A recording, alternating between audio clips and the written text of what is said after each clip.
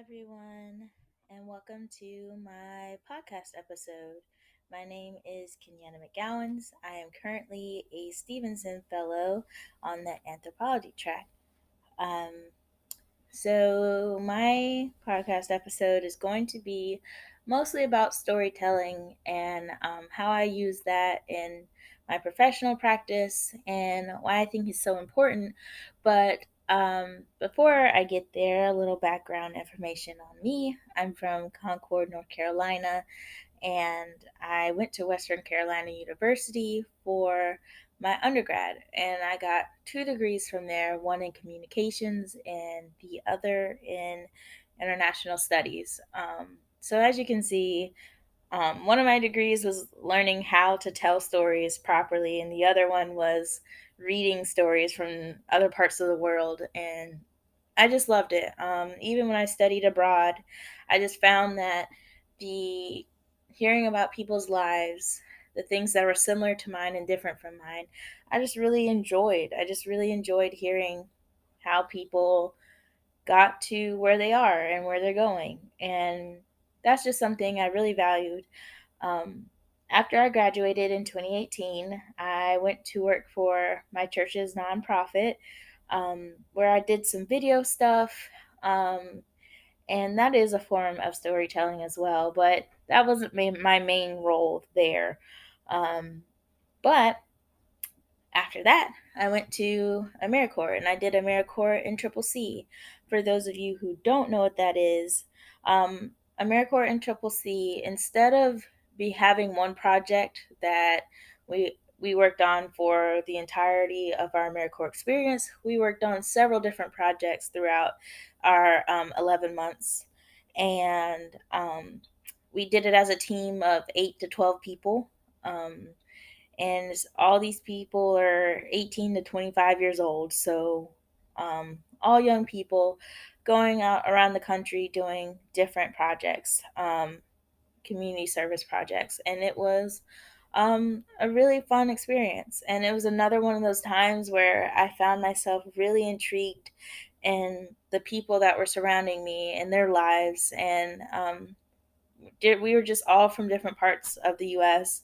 We were all there for different reasons, our different points in our lives. And so it was really interesting to hear people's stories and to see them figuring it out and figuring out where they want to go next and figuring out who they are. Because as we know, 18 to 25 is a time of just trying to get it together, figuring out who you are as an adult.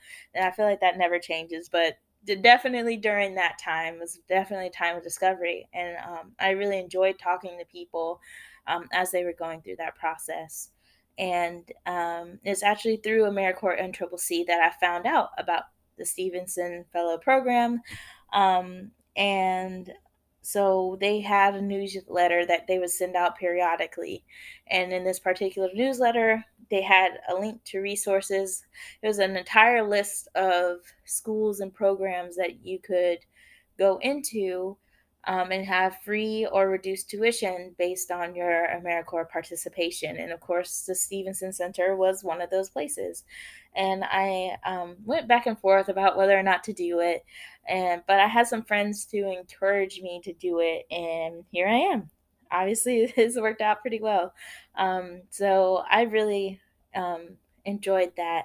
And during my um, time in the Stevenson Center, especially the time where we're taking classes, one of the main focuses of my anthropology study was um, using participatory practices in anthropology.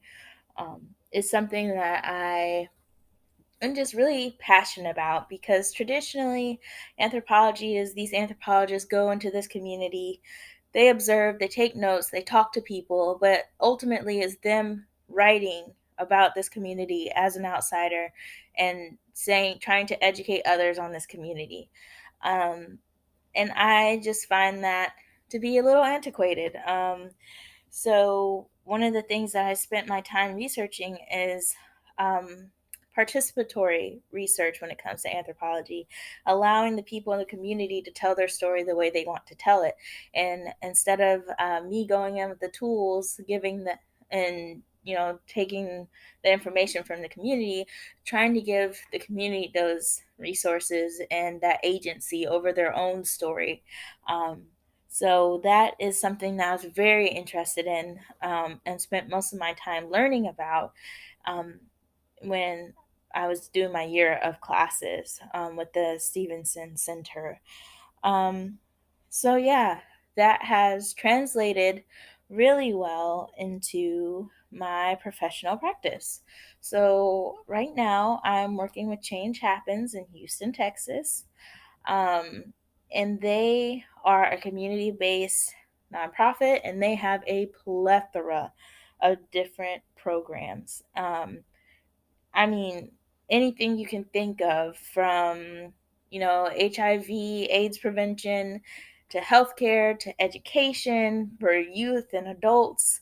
And they just have so many different things. They have some programs for um, refugees or immigrants, and helping them getting settled here and those kinds of things. They just have so many different programs, and I think that is a wonderful resource, especially considering just how many people are in need of help for different things. And so they have you can get a lot of different resources from one spot when you go to Change Happens, which is really cool.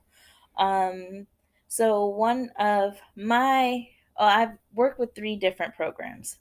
The first one is the Northern Third Ward Project. So Change Happens is located in the Northern Third Ward of Houston, Texas. So the Northern Third Ward is a historically Black neighborhood, um, and also historically low income. So it's been facing a lot of issues, um, recently with gentrification, just because the land and things are cheap. They're cheap, and people are buying them up, building these expensive condos, and making all the property values rise, but also in doing so, kicking out the residents who have been there all this time.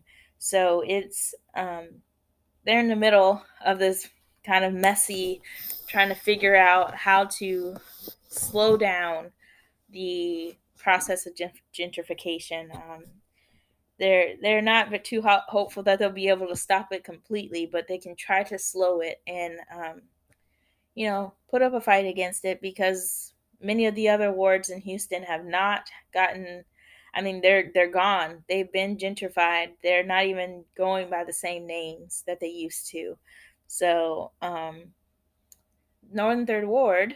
Sorry, that was a little side piece, a little history there on the Third Ward. But the Northern Third Ward project is a community based project that focuses on just making the changes in Third Ward that the residents wanted to see. So the project began with a research portion, and in that time, they went door to door asking residents about the changes they wanted to see in their community, as well as um, just what did they want Third Ward to be, and what are some of the changes they wanted to see.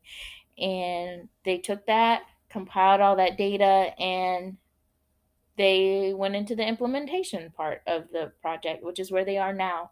They're coming to the close of the implementation part of the program, just based on grant funding.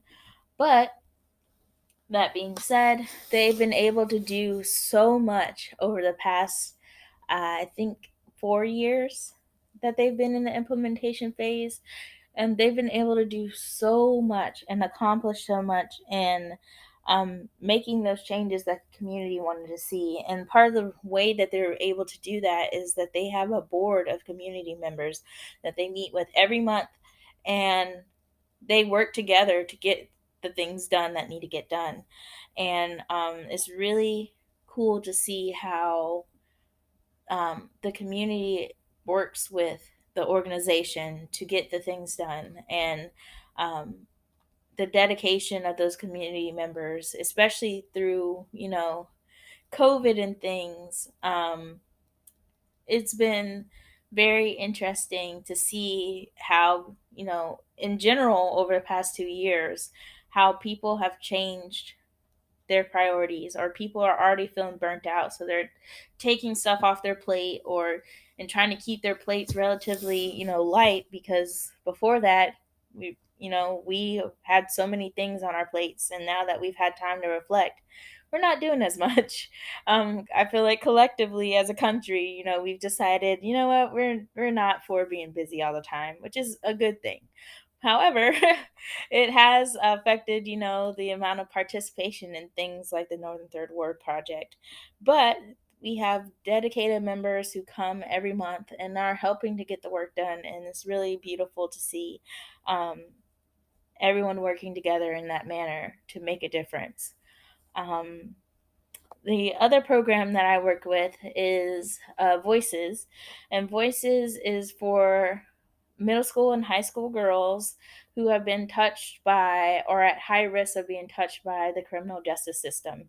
And it just teaches them leadership skills and helps them build community with the other girls, and have support outside their homes for them and their goals, and helping guide them through, the tough middle school and high school years, and just being kind of a role model and a mentor, as well as, just providing them with opportunities to try new things.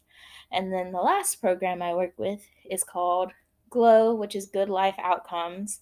And it's a program that advocates and educates on issues of social justice, education, and healthcare, or and health. It's not just healthcare; it's just overall health.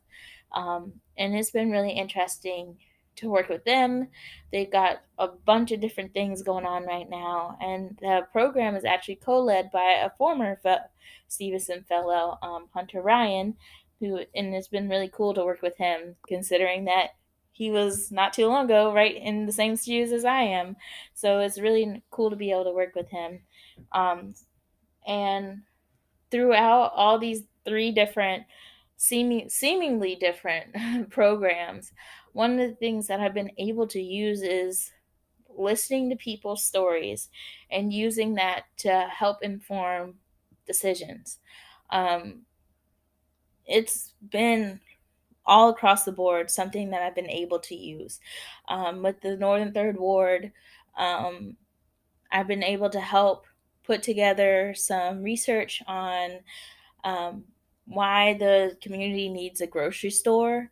And some of that has been, just traditional data and data points, but some of it has been talking to people, going out to corner stores and doing, that field research, but being able to talk to some people and use that as some of the research that's going into making this grocery store.